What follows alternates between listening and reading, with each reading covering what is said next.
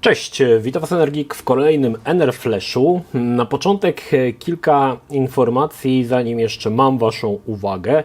Otóż w przyszłym tygodniu, ja sobie tylko otworzę mój kajecik, w przyszłym tygodniu nie pojawi się Enerflash, z tego względu, że nie będę w kraju, żeby móc go nagrać, nie będę w domu.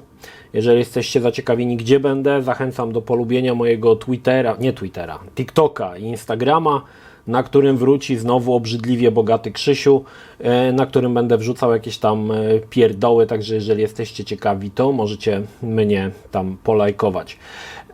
Przez ten czas, mówię teraz te ogłoszenia parafialne na początku, żeby to wyjaśnić, natomiast na pewno w tym tygodniu, nawet jak mnie nie będzie, już przygotowuję filmy. Z Bartem wczoraj nagraliśmy 2,5-godzinny podcast na temat gier na PlayStation. Strasznie długo się to robi, bo wiecie, jeżeli chcę do każdej gry, o której mówiłem, pokazać gameplay, no to strasznie długo trwa zrobienie tego, ale już nad tym pracuję. Pojawi się też w tym tygodniu, już na pewno, pojawi się Pogadajmy o kolekcjonerze i pojawi się kolejny, kiedyś to było Stop Secretu, bo wiem, że te materiały będę dzisiaj nagrywał właśnie po to, żeby one na ten czas, kiedy mnie nie będzie, żebyście mogli je oglądać. Aczkolwiek przeleci nam jeden odcinek Enerflasha, który 8 maja się po prostu nie pojawi. Także dla mnie majówka to tak naprawdę pracocholikówka i zamiast tego siedzę i dłubię w tym całym shicie. Dobra, co tam nowego w tym tygodniu? No, powiem to, co mówiłem w zeszłym tygodniu. Sezon ogórkowy się zbliża, także nie za wiele się oczywiście dzieje. Natomiast na pewno warto wspomnieć o tym, że Dead Island sprzedał się bardzo dobrze i gra, no muszę przyznać, że debiut, debiut miała naprawdę potężny. 1 milion osób gra w Dead Island. Oczywiście mówimy tutaj o różnych platformach, PC, PlayStation i Xbox. Mam nadzieję, że moja recenzja też się przyczyniła do tego, że kilka osób dołożyło tą cegiełkę do tego 1 miliona i również zakupiło tę grę, bo naprawdę jest świetna. Jeżeli jeszcze nie mieliście okazji, polecam, zachęcam. Bardzo dobre oceny, zawsze można sobie spojrzeć na Metacriticu, jakie te oceny są. Jeżeli nie jesteście pewni, zawsze można sobie tam się udać i sobie zobaczyć. Pokazano drugi w zasadzie trailer flashbacka. Ja ten trailer, bo to był ultra ściśle tajny trailer na Gamescomie, widziałem. Na Gamescomie rok temu, ale to był tajny w ogóle, super tajny trailer, o którym nie można było nic powiedzieć, ani w ogóle nic, natomiast został on upubliczniony.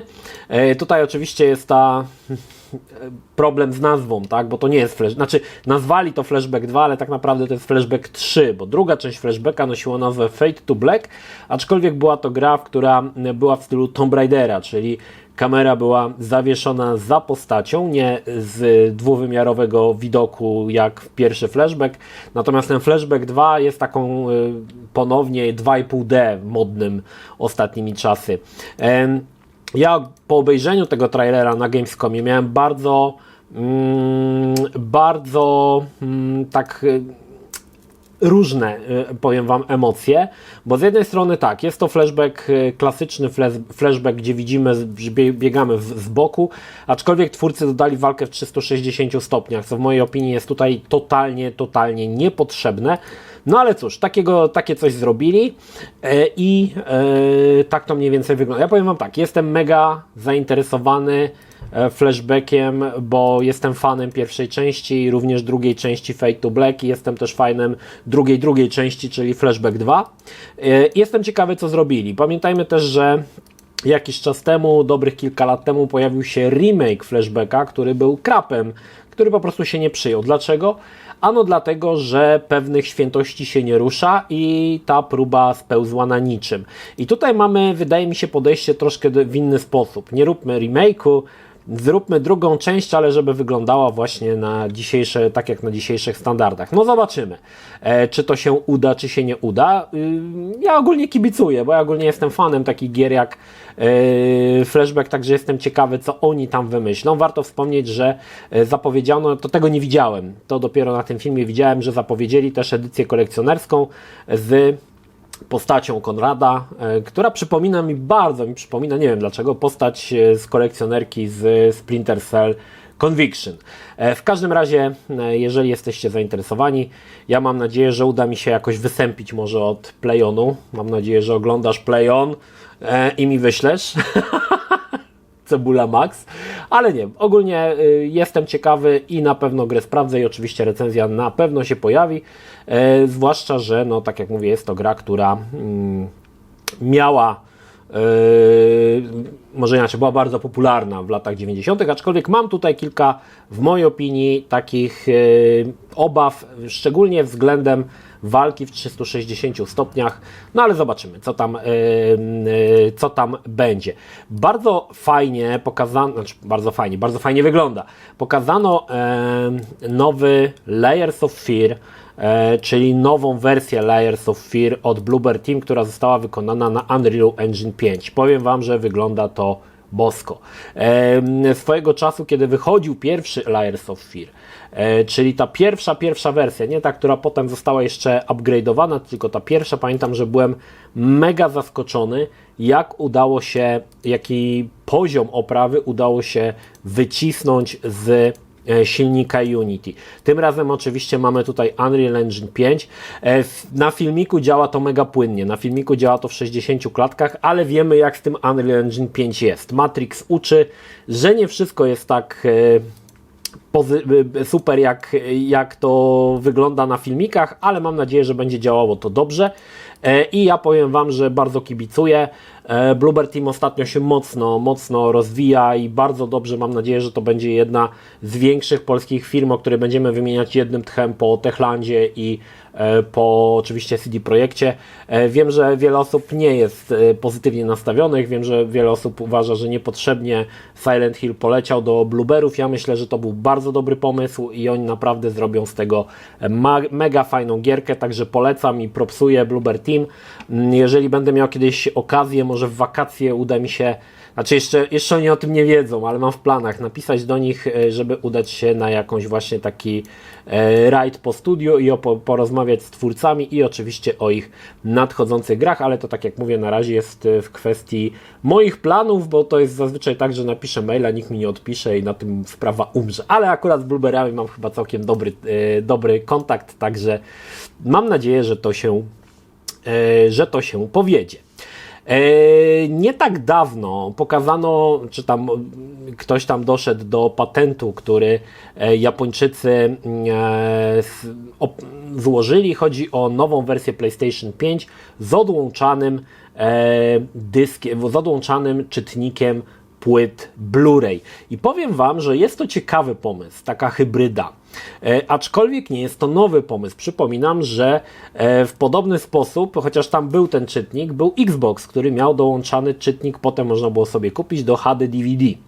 Natomiast no, działał na zwykłych DVD, ale można było do HD DVD sobie kupić. Natomiast tutaj wydaje mi się, że dzisiaj ma to sens z kilku powodów. Po pierwsze, zunifikuje to cały rynek. Jeżeli będziesz chciał mieć edycję cyfrową, kupujesz jedną konsolę, która będzie prawdopodobnie pewnego rodzaju slimką względem pierwszej wersji PlayStation 5, a jeżeli będziesz chciał grać na płytach, dokupujesz sobie czytnik.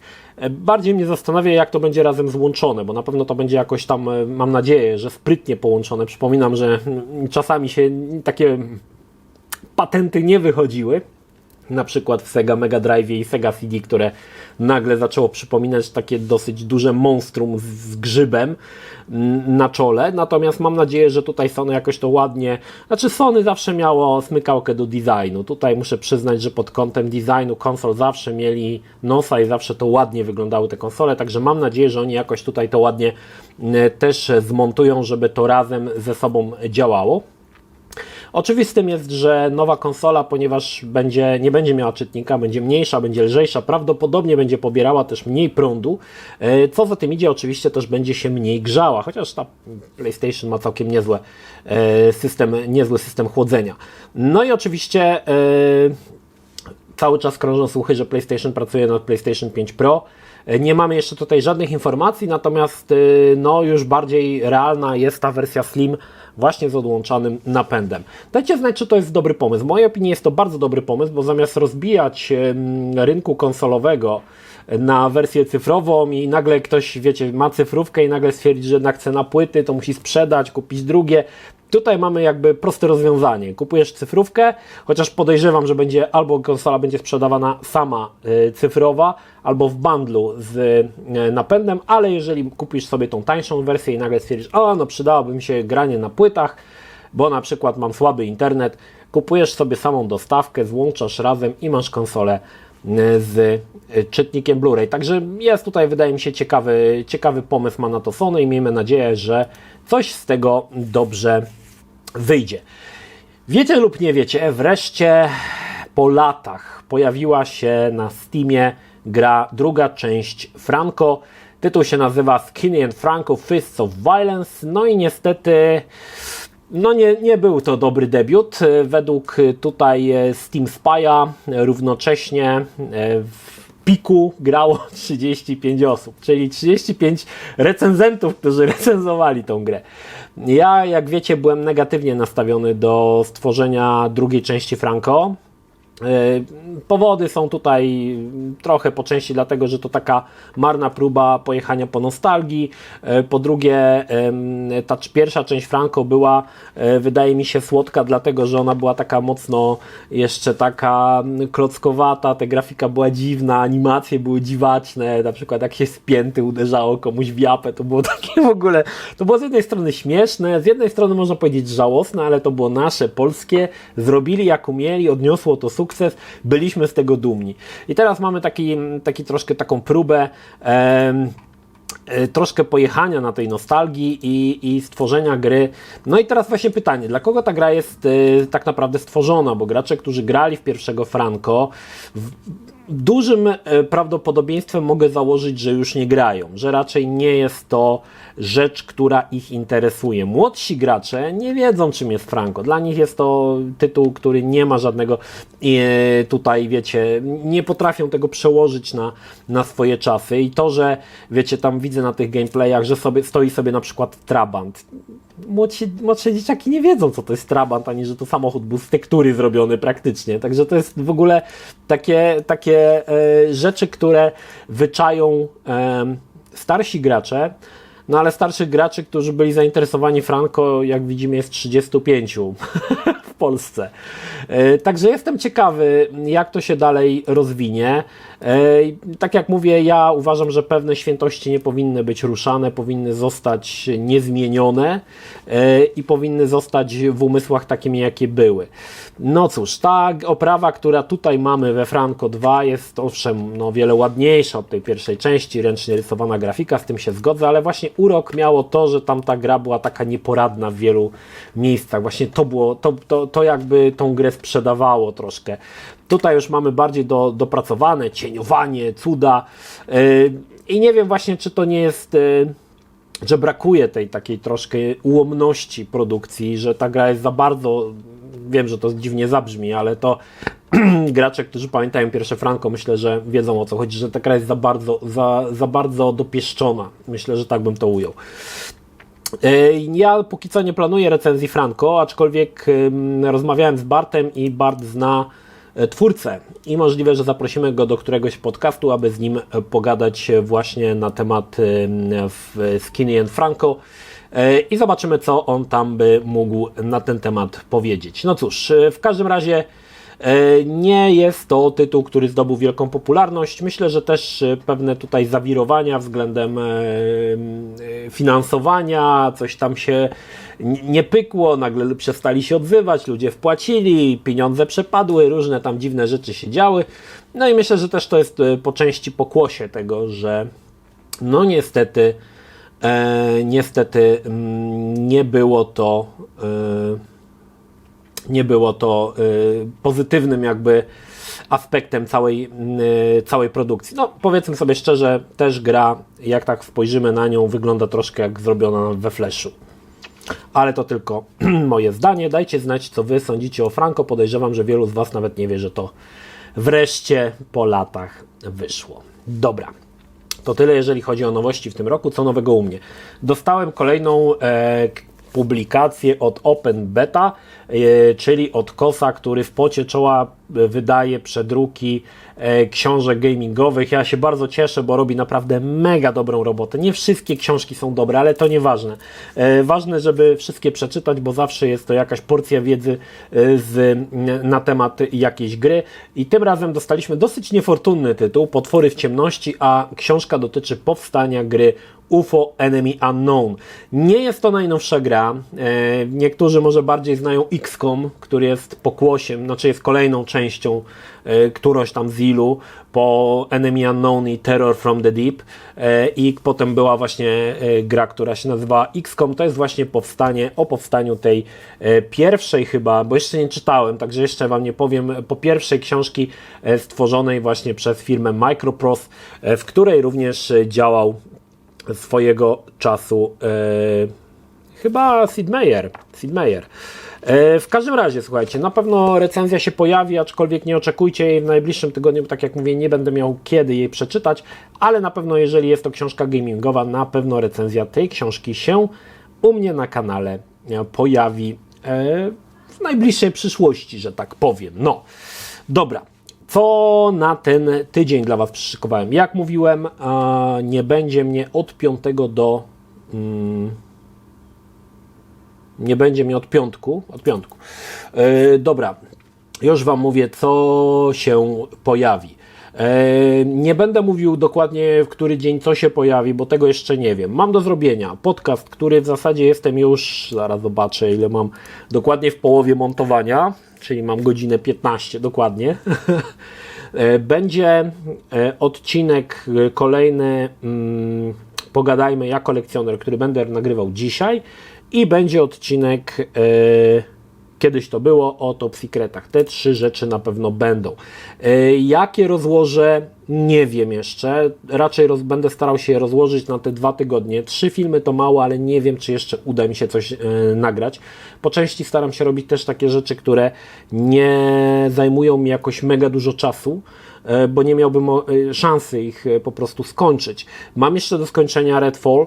Redfall ma dostałem późno kod. Nie wiem, czy czasem nie jest jutro premiera Redfall i jutro schodzi embargo.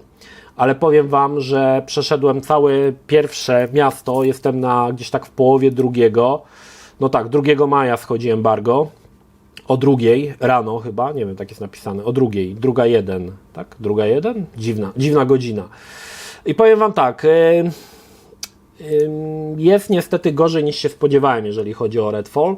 To dowiecie się z recenzji. Mam kilka dosyć poważnych zastrzeżeń i poważnych uwag względem singleplayerowej, podkreślam, singleplayerowej rozgrywki w Redfall. Ale postaram się Wam to oczywiście w recenzji wyłuszczyć, dlaczego tak jest. Postaram się może dzisiaj jeszcze trochę pograć. Na jutro pewnie nie zrobię tej recenzji, ale może jeszcze przed moim wyjazdem uda mi się ją zmontować. Bardzo bym chciał, aczkolwiek troszkę późno te kody dostaliśmy, żeby móc to ograć. Ja naprawdę grałem dużo w Redfalla, ale nie na tyle dużo, żeby go skończyć. Także mam nadzieję, że uda mi się jeszcze tą recenzję dla Was tutaj wyskrobać i ciekaw jestem, czy jak ktoś wrzuci recenzję na przykład jutro, to wie w ogóle, że po Redfallu jest jeszcze drugie miasto, bo pewnie nie wiedzą. I pokażę gameplay z drugiego miasta. Dobra, słuchajcie, to tyle, jeżeli chodzi o ten tygodniowy NR Flash.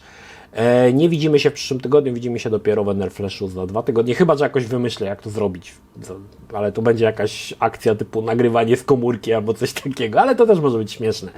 Tak czy tak, to tyle, jeżeli chodzi o tego NR Flasha. No i cóż, zapraszam również do oglądania moich filmów i zapraszam Was, pewnie w środę pojawi się podcast z Bartem, długi 2,5 godziny o grach z PlayStation, a i tak jeszcze nie pokryliśmy wszystkich gier, o których chcieliśmy powiedzieć. Podzielimy to. Jeszcze ten podcast o grach z PlayStation 2 został podzielony na 2 części, także taka sytuacja. Dobra, to tyle. Pozdrawiam Was, Energik, trzymajcie się, do następnego. Cześć. Jeśli film Ci się podobał, zachęcam do subskrypcji lub wsparcia mojego kanału na portalu patronite.pl. Film o podobnej tematyce znajdziesz tutaj, natomiast z drugiej strony znajdziesz filmy wygenerowane przez platformę YouTube'a. Zachęcam również do odwiedzenia moich social mediów, grupy Energikowcy na Facebooku oraz serwera Discord. Linki w opisie.